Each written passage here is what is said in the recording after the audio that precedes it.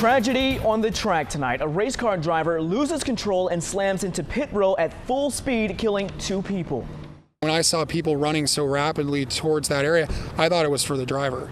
And then I realized when I saw people performing, CPR or whatever else on the injured, that there were people on the ground. And then that's when your heart sinks. Just a shocking story. This story sent a chill through our newsroom.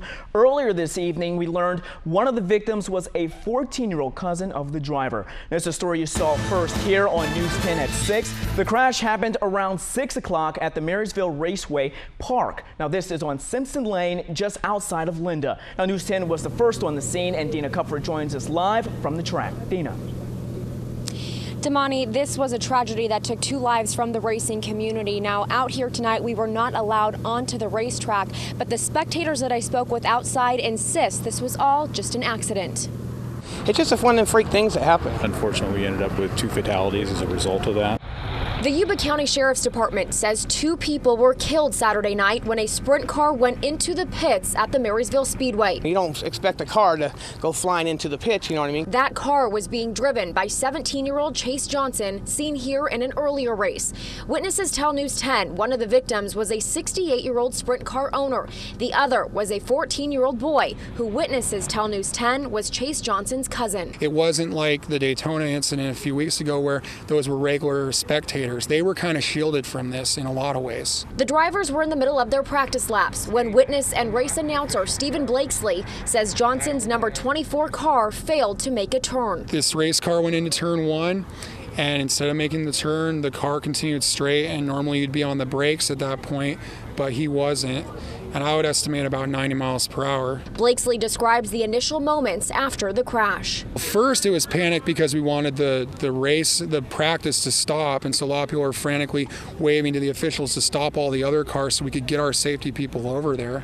And once that took place, it got very silent. We came and seen after the car had been flipped over, and they flipped the car back over, and the paramedics had got here. Then they brought the push trucks in after that and blocked everybody's view so they couldn't see. In a sport where drivers and fans described themselves as being one big family, many people here were seen embracing one another after the incident.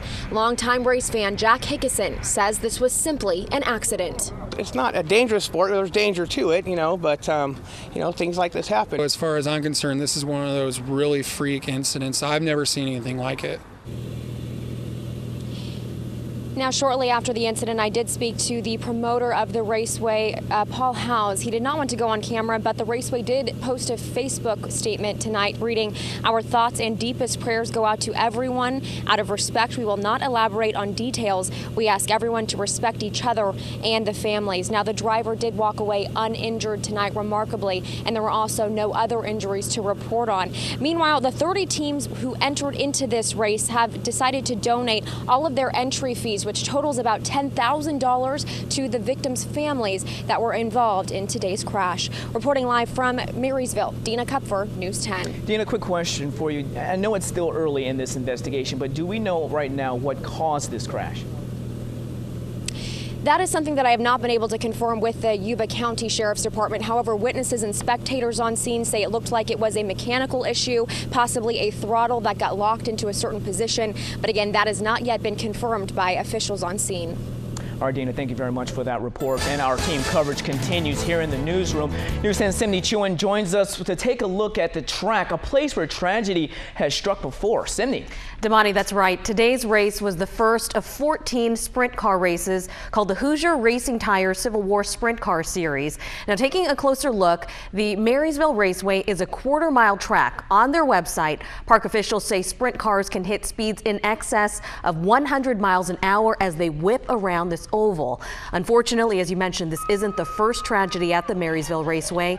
This cell phone video from August 2010 shows a big rig flipping over after it collided with another rig. 56-year-old Merle Shepard was crushed and killed. His truck did not have a roll cage.